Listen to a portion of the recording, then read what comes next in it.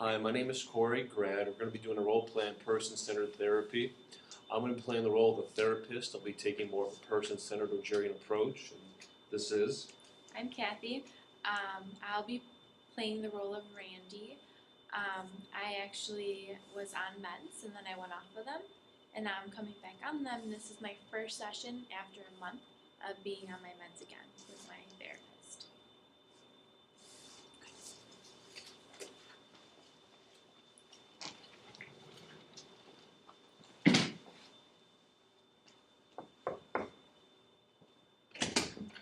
Hello, come in. Hello. Please have a seat.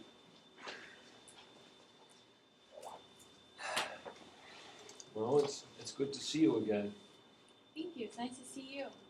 How are we feeling today? Feeling good. Feeling better. A lot better, actually. Mm-hmm. Had a little slip up.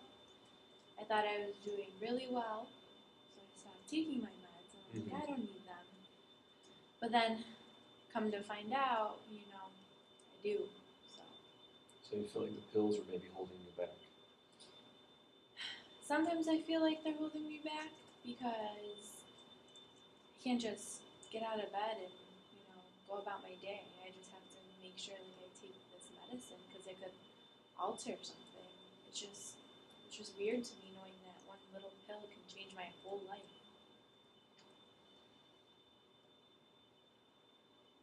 So you have this pill basically you have to depend on, and then you want to stop taking it. Yeah, I hate being dependent on a pill. But I know since this last relapse of not taking my medicine that I do need it, and I need to fight the urge and just take it because I don't want to cause harm to anybody like I have previously, and I want to keep my symptoms under control. So how is that like wanting independence and finding that maybe you're not quite ready for it yet? Independence from this pill. I don't think I'll ever be independent from it. Mm-hmm. Just something that I feel like is always going to be with me. I don't think I'll ever come to a point after this last month where I'll be able to say that I can be without it, because this last month was hell, and I do need it. I will never be independent from it again. So, what I'm hearing here sounds like acceptance of this. Well, yeah, I got to accept it. I mean, I just know that it's the right thing for me. Don't want to go down that path again. And it's kind of tricky because you feel like you're doing so well, and you think it's you and the therapy, and the medicine's just this little pill and doesn't control anything, so screw it, don't take it. But it's a holistic approach, right? It's everything into one, and if I don't have that medicine, I'm screwed. So it's really important. So I guess I've accepted it. I still don't like taking it. I hate pills, but I don't want the consequences from not taking it. Mm-hmm. So, hearing a sort of resignation. I have to take this because the consequences are just going to be really rough. Yeah.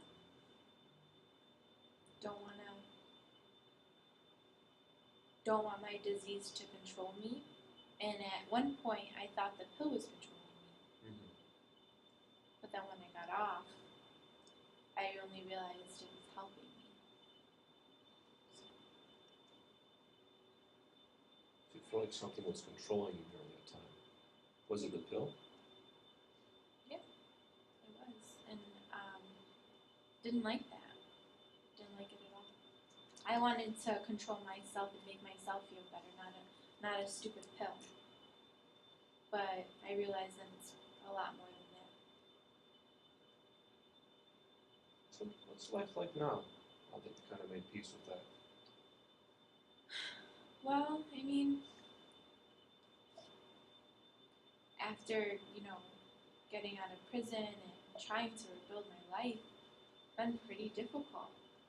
Um, my family, I really don't have any now. I don't blame them, but my friends, they're pretty much non-existent. So I'm pretty much by myself. I bought a puppy. It's pretty much my companion right now. So, I mean, I found a part-time job, and I'm actually working at a Dunkin' Donuts near me. I like it. It's not what I saw myself doing, but, I mean, who wants to hire a felon? So that's what you are to yourself. Yeah. A felon. I'm a felon. What does it mean to be a felon? What does that mean to you personally? I screwed up and I killed somebody, and I was in prison for it. What do you mean, what does that mean? That's what it means. So it feels kind of like it's a black mark on your record. Yeah, it's like I'm blacklisted from my family, from my community, from my friends. I live in a small town. Everybody knows. They look down upon me. I don't blame them.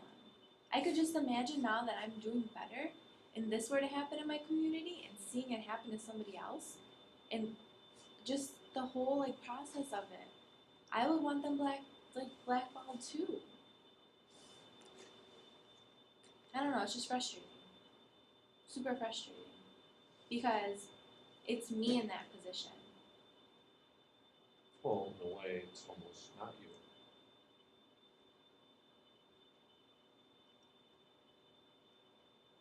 Yeah, but can people really change? I understand the medicine does a big help in it. I'm trying so hard to, overcome this schizophrenic episodes and the whole stigma behind it. But it's I will never be portrayed as normal. No matter what I do. What is normal? It's a good question. What do you consider as normal? Somebody who didn't kill somebody and go to prison? Somebody who could wake up and not be looked down on in their community? Somebody who's not blackballed from their friends and family? That's normal to me. And I will never regain that. Never.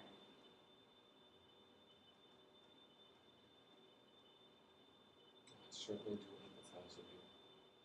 Sounds like you have this really difficult situation where you did this thing you weren't fully aware of, and now it sounds like you're really trying to take steps to work towards a better life.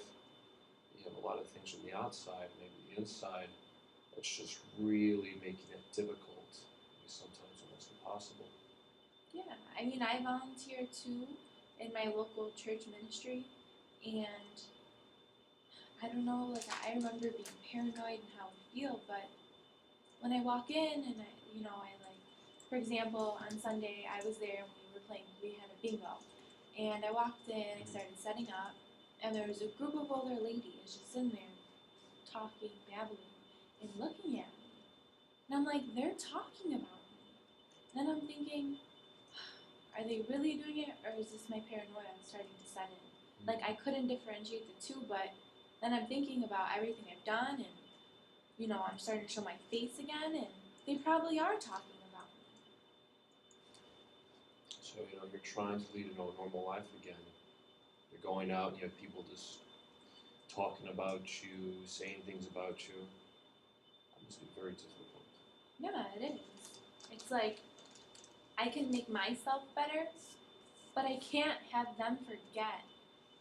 I can't make them believe I've changed. Because nobody can really change. I can't change as a person. I'm just trying to cope with my illness the best way that I can. And because of everything I've done, they will never see that.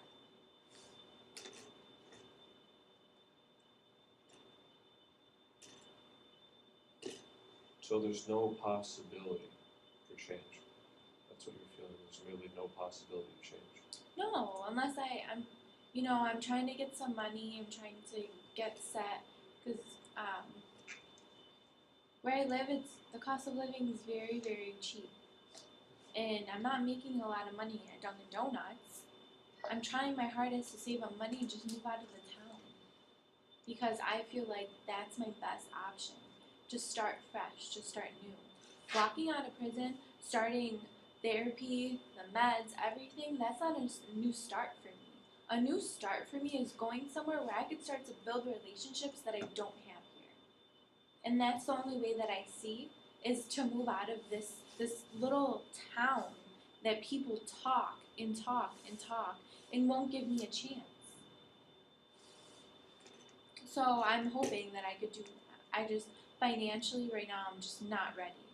And I really want to be. And I know this big stressor going on right now.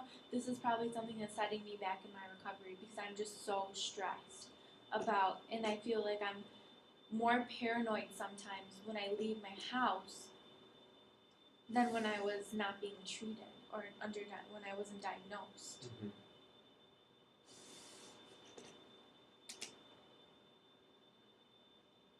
So it feels like there are a lot of things against you. People's judgments, financial situations. If you could just get through those, you could get to that new place, that new opportunity that will really let you grow, will let you live. Can you tell me what the new start would look like? Me and my puppy Mm-hmm. going to a new town Mm-hmm. where nobody knows me, and I begin a full-time job that I'm happy and content with. Right now, I'm just content. I'm not happy. I do not want to be working at Dunkin' Donuts for the rest of my life. Just not something I see. But I can't go to school because I have a felony. I can't get loans. I have no money. How am I gonna go to school? I just gotta work for it and then pay. Like, it's just even frustrating to talk about. Like, I don't even want to plan like that far. I just want to work on what I can fix now. What I can fix now is nothing. I can't leave now. I can't change their judgment. So I just gotta live with it. So I'm hearing that there is the possibility for this new start with you and your puppy. But things right now looks like maybe they won't happen because it's really difficult right now. Yeah, it's not gonna happen for a while. I asked my boss about giving me full time, and he's even reluctant. And I'm sure the whole everybody knows about everything that happened. So I'm sure I feel like he's even standoffish of me. It's just everywhere's awkward. I don't feel comfortable. I feel like 24/7. Like a customer started yelling at me the other day because I messed up her coffee, and I feel like everybody in there got scared to what I would do. Like there's no need to have that fear. I'm working on myself. I'm in a better place. Like why do you still have that fear? But I think I handled it really well. I gave the person their correct coffee and smiled and said, "Have a good day." I killed them with kindness. So what I'm hearing is you had a really tough situation at work. This person's in your face about this coffee.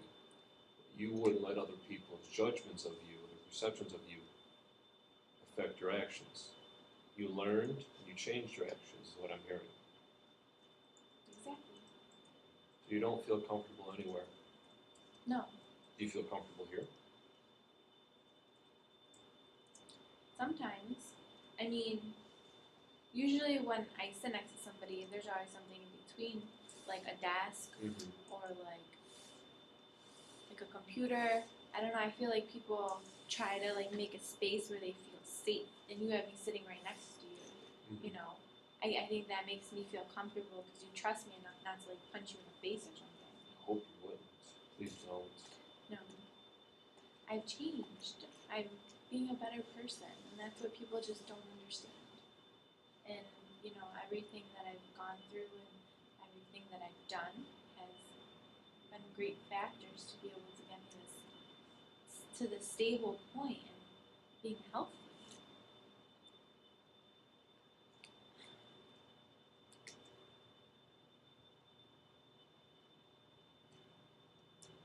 So it sounds like we have two worlds here. The inner world, which is you're focusing on change. And I hear you really do want to change. I can tell you really want it.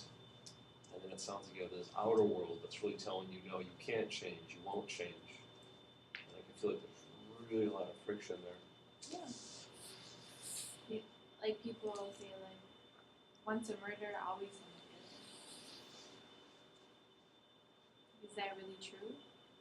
I definitely don't think so. I was not at the right state of mind. I regret everything I've done.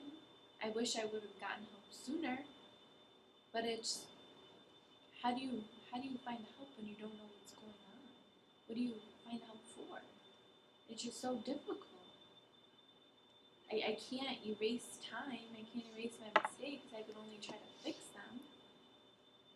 But when I'm getting outcasted in my society, how do I fix that? It's certainly a very big question. And I wish I had the answer for you. But maybe what we can do is work on that answer together. But I mean, my insurance pays you a lot of money. You should be able to give me the answer. Let's be real. Mm-hmm. So you'd like me to give you the answer? Yeah, I want the answer. What would the answer be? What would the professional answer be in your mind? I'm not the professional. Well, let's just imagine what the professional answer would be in your mind.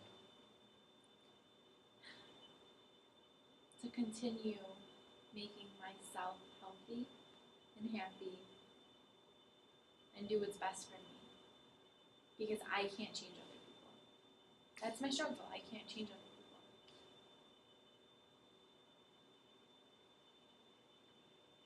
I definitely think your inner therapist is doing a very good job. I definitely think that is very true. And I think the real struggle comes in is that, and here this is a safe space, but when you're out there and you have people in your face telling you this and that and the other, that's when the real problems start to come in. Yeah. Very true. Very true. Well, I think this is a good spot for us to leave out. So, would this time work for you next week? I actually work at 3, so can we make it at 4:30? Is that open for you? For you, I can make it open. Okay, great. So I'll see you next week then. I'll see you next week.